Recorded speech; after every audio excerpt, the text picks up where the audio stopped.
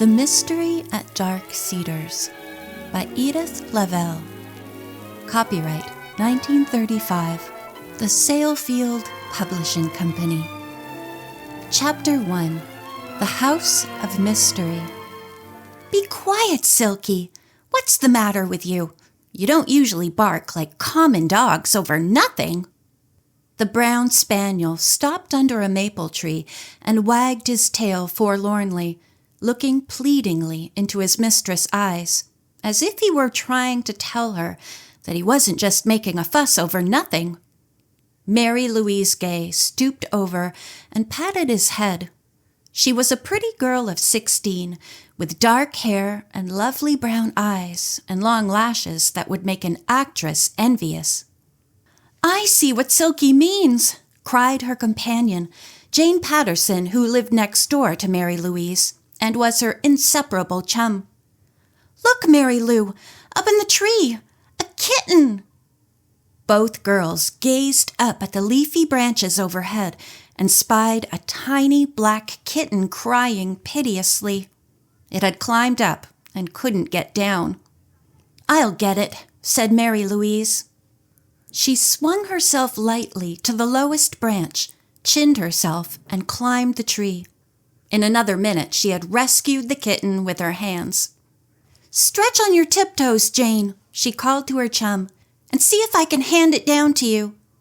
The other girl, who was much shorter and stockier than Mary Louise, did as she was told, but the distance was too great. "I suppose I'll have to climb down with her in one hand," concluded Mary Louise. "That's not so easy." "Drop her over to that branch you swung up by, and I'll get her from there," suggested Jane. A moment later, Mary Louise was at her chum's side, stroking the little black kitten, now purring contentedly in Jane's arms. "I wonder whose it is," she remarked. "There isn't any house near, except old Miss Grant's." Both girls turned and looked at the hill which rose at the right of the lonely road on which they had been walking. The house, a large drab plaster building, was barely visible through the dark cedars that surrounded it on all sides. A high, thick hedge, taller than an average-sized man, gave the place an even greater aspect of gloominess and seclusion. "Maybe it is Miss Grant's kitten," suggested Jane. "Old maids are supposed to like cats, you know." Mary Louise's brown eyes sparkled with anticipation.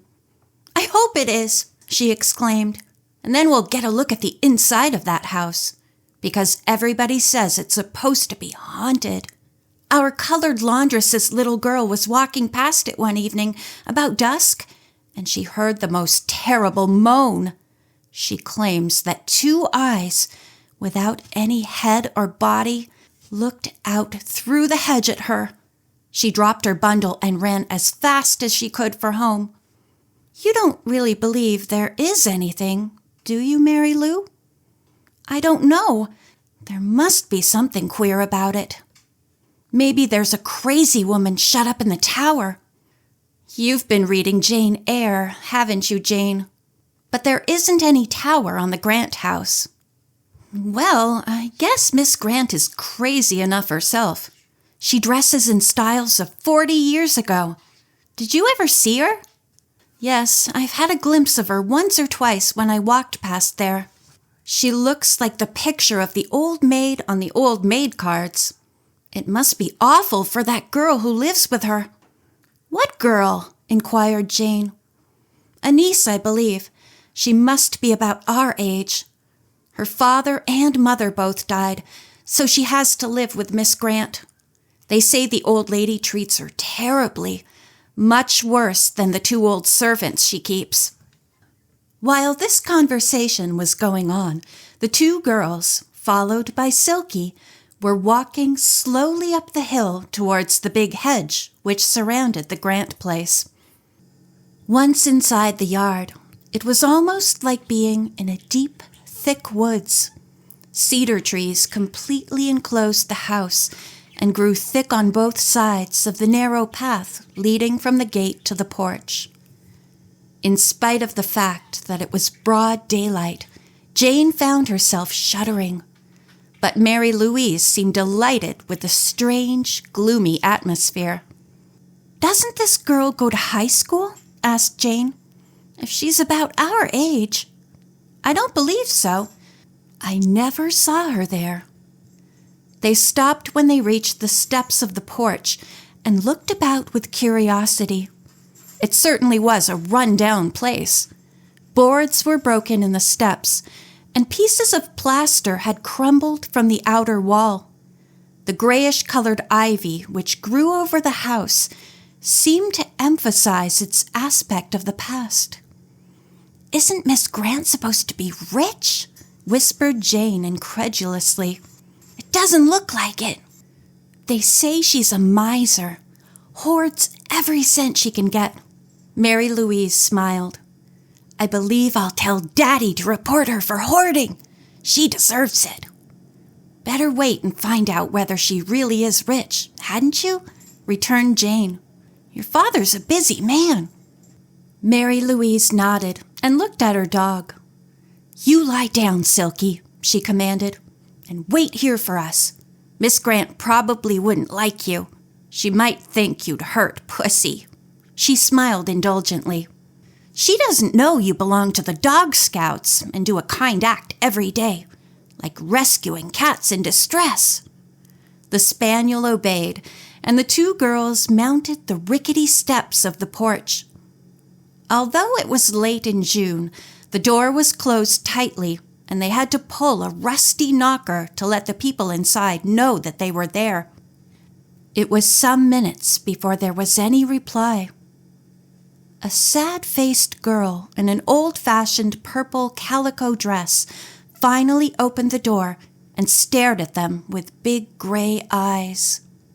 The length of her dress, the way her blonde hair was pulled back and pinned into a tight knot, made her seem much older than her visitors. A suggestion of a smile crossed her face at the sight of the girls' pleasant faces, and for a second she looked almost pretty. "Is this your kitten?" asked Mary Louise. "We rescued it from a tree down the road." The girl nodded. "Yes, it belongs to my Aunt Mattie. Come in and I'll call her." The girls stepped into the dark square hall and looked about them. The inside of the house was even more forbidding than the outside. The ceilings were high and the wallpaper dark. All the shutters were drawn, as if there were poison in the June sunlight. For no reason at all that they could see, the old stairs suddenly creaked. Jane shuddered visibly, and the girl in the purple dress smiled. "Don't mind the queer noises," she said. "Nothing ever happens in daytime." "Then something does happen after dark?" questioned Mary Louise eagerly. "Oh, yes. Why, only 2 nights ago." "What's this? What's this?" demanded the sharp, high voice of an old woman. "What are you standing there talking about, Elsie? With all those peaches waiting to be pared?" All eyes turned naturally towards the old staircase, from which the sound of the voice was coming. Miss Grant slowly descended, holding her hand on her right side and grunting to herself as if the act of walking were painful to her. She was a woman of at least 65, thin and wrinkled, but with little sharp, black beady eyes that seemed to peer into everything suspiciously, as if she believed the whole world evil. She was wearing an old-fashioned black dress and a dark shawl about her shoulders. "These girls have found your kitten, Aunt Mattie," Elsie informed her. "They rescued her from a tree." The black eyes softened, and the old woman came towards the girls.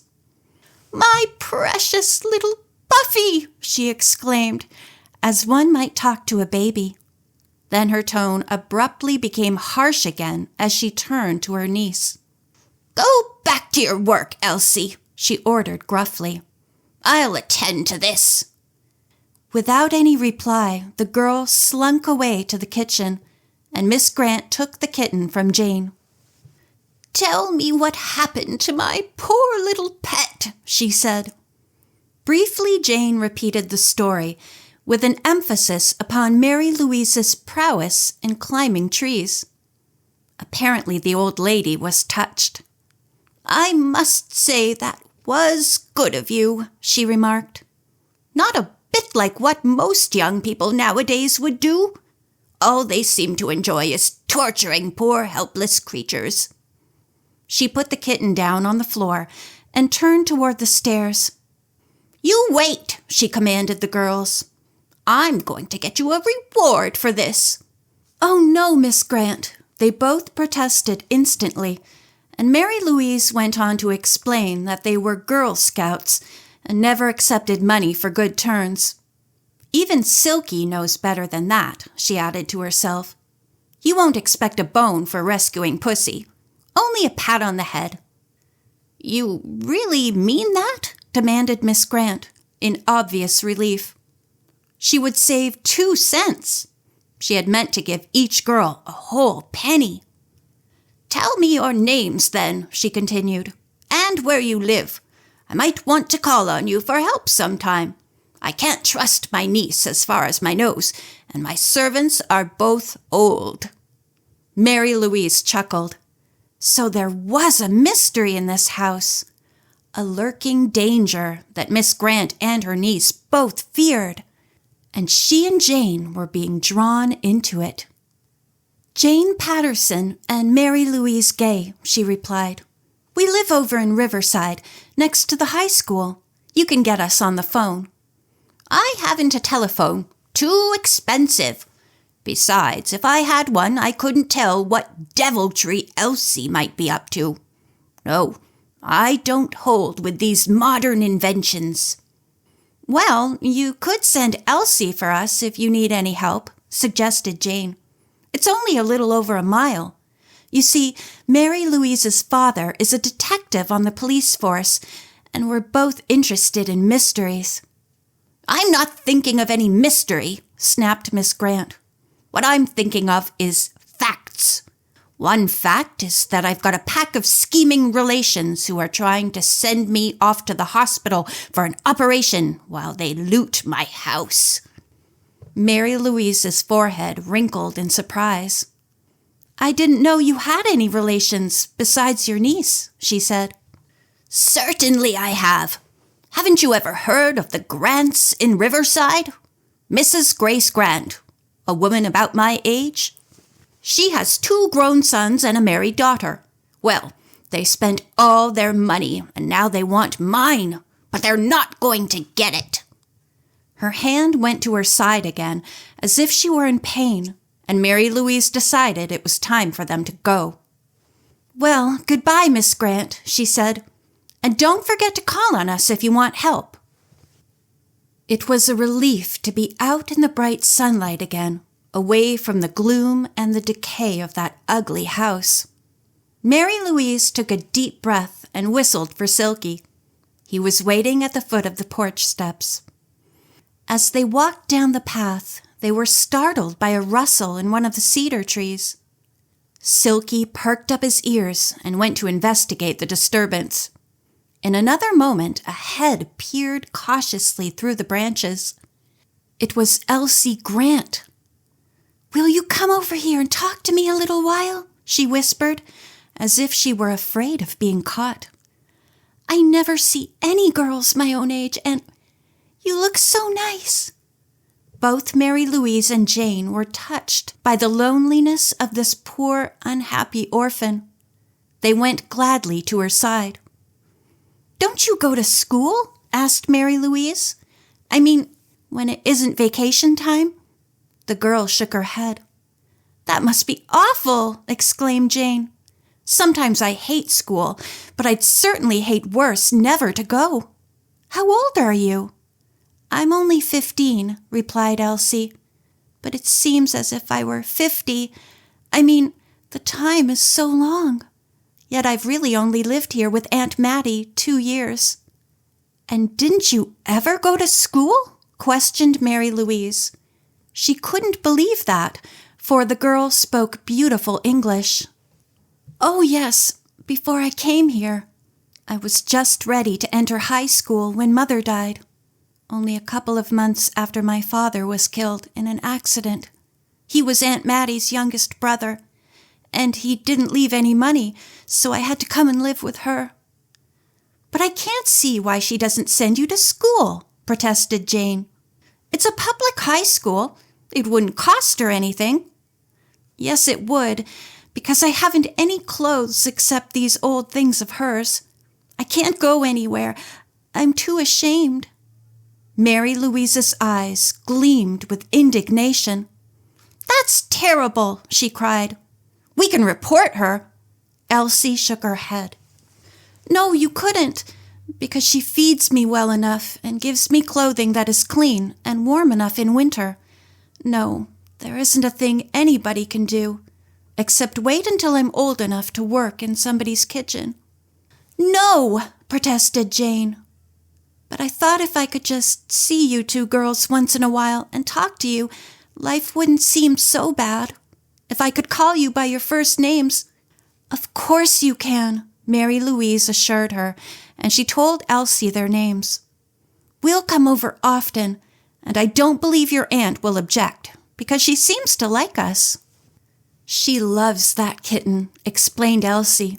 "It's the only thing in the world she does love, besides money."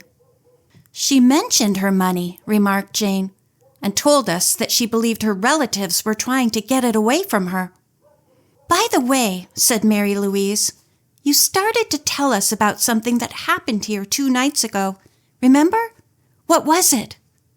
Elsie shivered, as though the memory of it were still painful to her.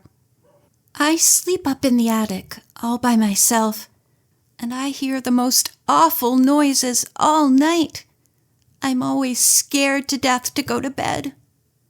"Don't the servants sleep there too?" asked Mary Louise. She was anxious to get her facts straight from the beginning. "No, they sleep on the 2nd floor in a room over the kitchen. There are just 2 of them, an old married couple named Hannah and William Groban. Well, night before last, I heard more distinct noises than ever. First I thought it was one of the trees near my window, and I nerved myself to get out of bed and look out. And what do you think I saw?" "A ghost," whispered Jane, in awe. "No, I don't think so. I believe it was a human being. Anyway, all I saw was 2 bright eyes peering in at the window." "What did you do?" demanded Mary Louise breathlessly. "Scream?" "No, I didn't. Once before I screamed, and Aunt Mattie had William investigate everything, and when he found nobody, I was punished for my foolishness.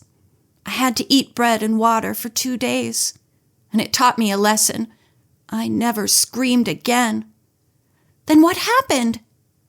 "I think whoever it was climbed from the tree into the attic storeroom window and went through an old trunk in there. I heard a little noise, but I couldn't tell whether it was only the wind or not. Anyway, nothing was known about it till yesterday, when Aunt Mattie went up to look for something in her trunk." "Did you tell her then?" "I tried to, but she wouldn't listen. She accused me of going through her trunk. But I wasn't punished, because nothing was stolen." "Then it couldn't have been a robber," said Mary Louise, "or something would have been taken. Wasn't there anything else in the house missing?" "Not a thing. Hannah even counted the silver and found it was all there." "How does Hannah account for it? Or does she think, like your aunt, that you did it?"